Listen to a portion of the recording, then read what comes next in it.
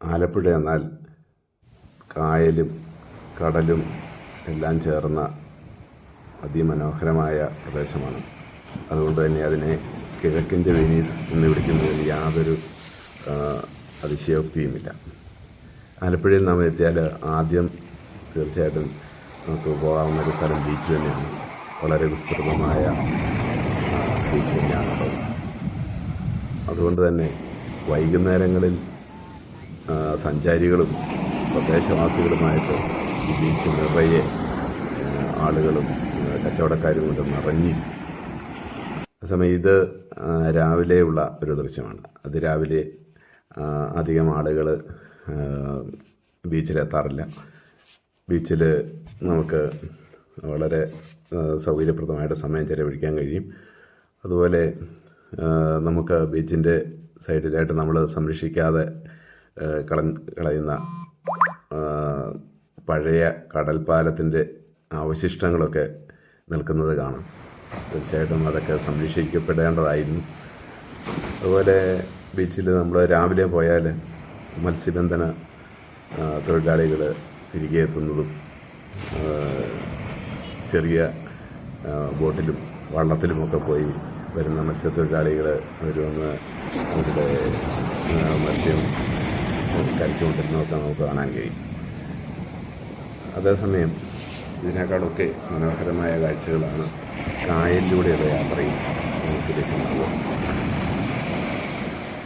ഒറ്റയ്ക്കോ കുടുംബത്തോടൊപ്പമോ യാത്ര ചെയ്യുന്നവരെ സംബന്ധിച്ച് ഹൗസ് ബോട്ട് വാടകയ്ക്ക് എടുക്കുക എന്ന് പറയുന്നത് വലിയ ഭാരിച്ച ചിലവാണ്. അതേസമയം കേരള സ്റ്റേറ്റ് വാട്ടർ ട്രാൻസ്പോർട്ട് കോർപ്പറേഷൻ്റെ 2 വള്ളങ്ങൾ വളരെ സൗകര്യപ്രദമാണ്. ഒന്ന് കൈനകരിക്കുള്ള ഒരു ട്രിപ്പ്, സാധാരണ ട്രിപ്പ് യാത്രക്കാരെ കയറ്റുന്ന ട്രിപ്പ് ബോട്ടുണ്ട്. അതിൽ സി കുട്ടനാട് എന്ന പേരിൽ ഒരു സഞ്ചാരികൾക്ക് സഞ്ചരിക്കാനുള്ള അപ്പർ ഡെക്കുള്ള ഒരു ബോട്ടുണ്ട്. അത് ദിവസം 2 or 3 സർവീസുകളുണ്ട്. അപ്പോൾ അതിൽ അപ്പർ ഡെക്കിലിരുന്ന് നമുക്ക് കാഴ്ചകൾ കാണാം. അല്പം നിരക്ക് കൂടുതൽ കൊടുക്കണമെന്നേ ഉള്ളൂ. എങ്കിലും കൈനകരി വരി പോയിട്ട് തിരികെ വരുന്നതിന് ഒരാൾക്ക് 120 രൂപ മാത്രമാണ് അതിൻ്റെ കൂലി വരുന്നുള്ളൂ. അങ്ങനെ കൈനകരി വരി പോയിട്ട് ഒരു 3-3.5 മണിക്കൂർ കൊണ്ട് നമുക്ക് ബോട്ട് കയറ്റി തിരികെ എത്താൻ കഴിയും.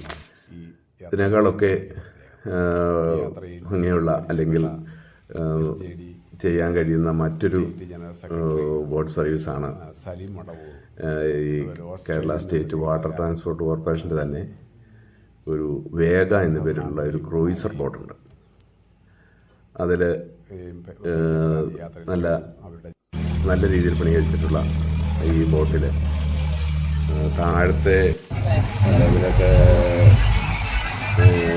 AC നോൺ AC ആയിട്ടുള്ള ഭാഗങ്ങളുണ്ട്. അതിന് ഒരാൾക്ക് 400 രൂപ, നോൺ ACക്ക് AC-ക്ക് 600 രൂപയും ആണ് ടിക്കറ്റ് നിരക്ക്.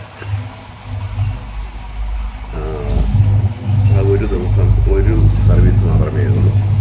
11 മണിക്ക് രാവിലെ 11 മണിക്ക് ആലപ്പുഴ ബോട്ടിൽ നിന്നും ആരംഭിക്കുന്ന ഈ ക്രൂയിസർ ബോട്ട് സർവീസ്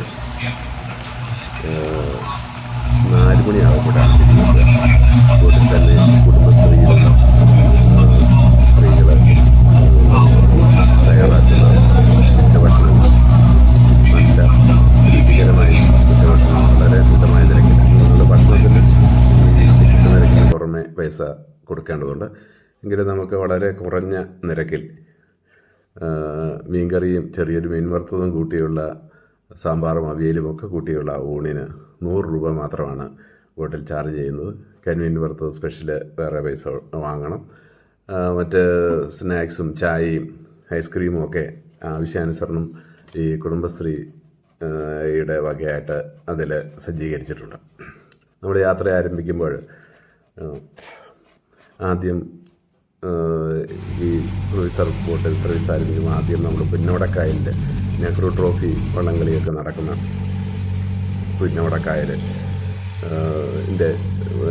കാഴ്ചകൾ കണ്ട് നമ്മൾ വേമ്പനാട്ട് കായലിൻ്റെ വിസ്തൃതമായ കായൽ പ്രദേശത്തേക്ക് അതിൻ്റെ ഏതാണ്ട് മധ്യഭാഗത്തെത്തി കഴിയുമ്പോൾ കര കാണാൻ സാധിക്കാത്തത്ര വലിയ ഉള്ള കായൽ ദൃശ്യം നമുക്ക് ലഭിക്കും. അത് ഹൗസ് ബോട്ട് സർവീസിന് പോയാൽ ഒരിക്കലും ലഭിക്കാത്ത ഒരു കാഴ്ചയാണ്. അവിടെ നിന്ന് നമ്മൾ പാതിരാമണലിലേക്ക് ഈ വേഗ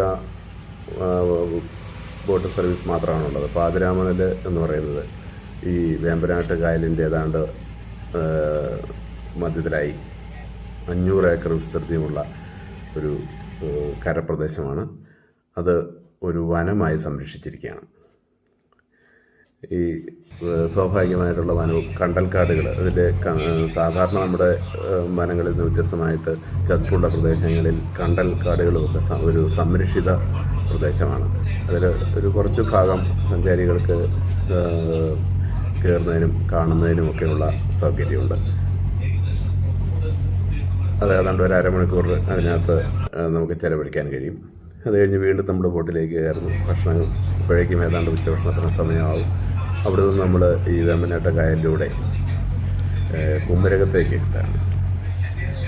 കുമരകത്തിൻ്റെ ഒരു ഔട്ടർ സൈഡിലൂടെ നമ്മൾ കുമരകത്തിൻ്റെ വളരെ ഭംഗിയായ ദൃശ്യങ്ങളുമൊക്കെ കണ്ട് നമ്മൾ കുട്ടനാടൻ പാടശേഖരങ്ങളുടെ സമീപത്തൂടെ ആണ് പിന്നീട് കടന്നു പോവുക. കുട്ടനാടൻ എന്ന് പറയുന്ന വളരെ വിസ്തൃതമായ ഒരു പ്രദേശമാണ്. കായലിനേക്കാളും താഴെയുള്ള.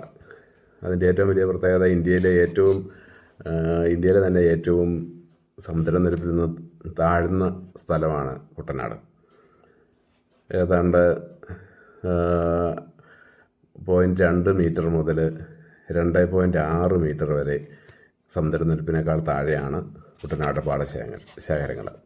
ഇത് 3 ജില്ലകളിലായിട്ടാണ്, വളരെ വിസ്തൃതമായ ഏരിയയാണ്. ആലപ്പുഴ, കോട്ടയം, പത്തനംതിട്ട എന്നീ ജില്ലകളിൽ ആയിട്ട് ആണ് ഈ കുട്ടനാട് വയൽ പ്രദേശം സ്ഥിതി ചെയ്യുക. ഈ കുട്ടനാടിൻ്റെ ഭാഗങ്ങളിലായിട്ട് 4 നദികൾ എത്തിച്ചേരുന്നുണ്ട്. പമ്പ, അച്ചൻകോവിൽ, മണിമല, മീനിച്ച്. അതിൽ നമ്മുടെ കുമരകം കഴിഞ്ഞ് കുറേ കൂടി മുന്നോട്ട് വന്നു കഴിയുമ്പോൾ പമ്പാ നദി എത്തിച്ചേരുന്ന പമ്പാ നദിയിലൂടെയാകും പിന്നീട് നമ്മുടെ യാത്ര. അങ്ങനെ കുറേ യാത്ര ചെയ്യുമ്പോൾ അവിടെ നമ്മുടെ 2ാം ലോകമഹായുദ്ധ കാലത്ത് പട്ടിണിയും ദാരിദ്ര്യമൊക്കെ ഉണ്ടായ സമയത്ത് അന്നത്തെ തിരുവിതാംകൂർ രാജാവിൻ്റെ പ്രത്യേക നിർദ്ദേശാനുസരണം തോമസ് മുരിക്കൻ എന്ന് പറയുന്ന വ്യക്തി ഏകദേശം 2000 ഏക്കറോളം കായൽ വെള്ളം വറ്റിച്ച് കൃഷിയിടങ്ങളാക്കി മാറ്റി, വയൽ പ്രദേശങ്ങളാക്കി മാറ്റി കേരളത്തിൻ്റെ പട്ടിണിയും ദാരിദ്ര്യമൊക്കെ കുറയ്ക്കുന്നതിന് വേണ്ടി വളരെ വലിയ സേവനമാണ് തോമസ് മുരിക്കൻ ചെയ്തത്. ആ യാത്രയിൽ നമ്മൾ തോമസ് മുരിക്കൻ നിർമ്മിച്ച ഒരു ദേവാലയം കാണാം. അതിന്നും അദ്ദേഹത്തിൻ്റെ ഓർമ്മയ്ക്കായിട്ട് സംരക്ഷിച്ച് നിർത്തിയിട്ടുണ്ട്. അന്നത്തെ അവിടെ കൈലഗതിയിൽ നിന്നും ആലപ്പുഴയിലുള്ള ബോട്ടിലെത്തി ബോട്ട് സർവീസ് അവസാനിക്കും. വളരെ നല്ല ഒരു യാത്രാനുഭവമാണ്. ബോട്ടിൻ്റെ